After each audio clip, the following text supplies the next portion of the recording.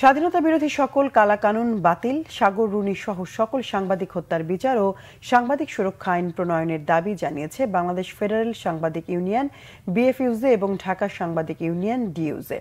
বৃহস্পতিবার সকালে জাতীয় প্রেস ক্লাবের সামনে অনুষ্ঠিত বিক্ষোভ সমাবেশে এসব দাবি জানান সংগঠনের সাংবাদিক নেতারা। এ সময় বিএফইউজের মহাসচিব কাদের গনি চৌধুরী সাগর রুনি হত্যার বিচারের দাবি জানায়। তিনি অভিযোগ করেন, ফ্যাসিবাদ সরকার থেকে সুবিধা নেওয়া একটি গোষ্ঠী সাংবাদিক সমাজে বিভেদ সৃষ্টি করতে চাচ্ছে। ঐক্যবদ্ধভাবে তাদের মোকাবেলা করতে হবে। বিএনপির ভাইস চেয়ারম্যান শামসুজ্জামান দুদু বলেন, দেশে নানা ষড়যন্ত্র অব্যাহত রয়েছে।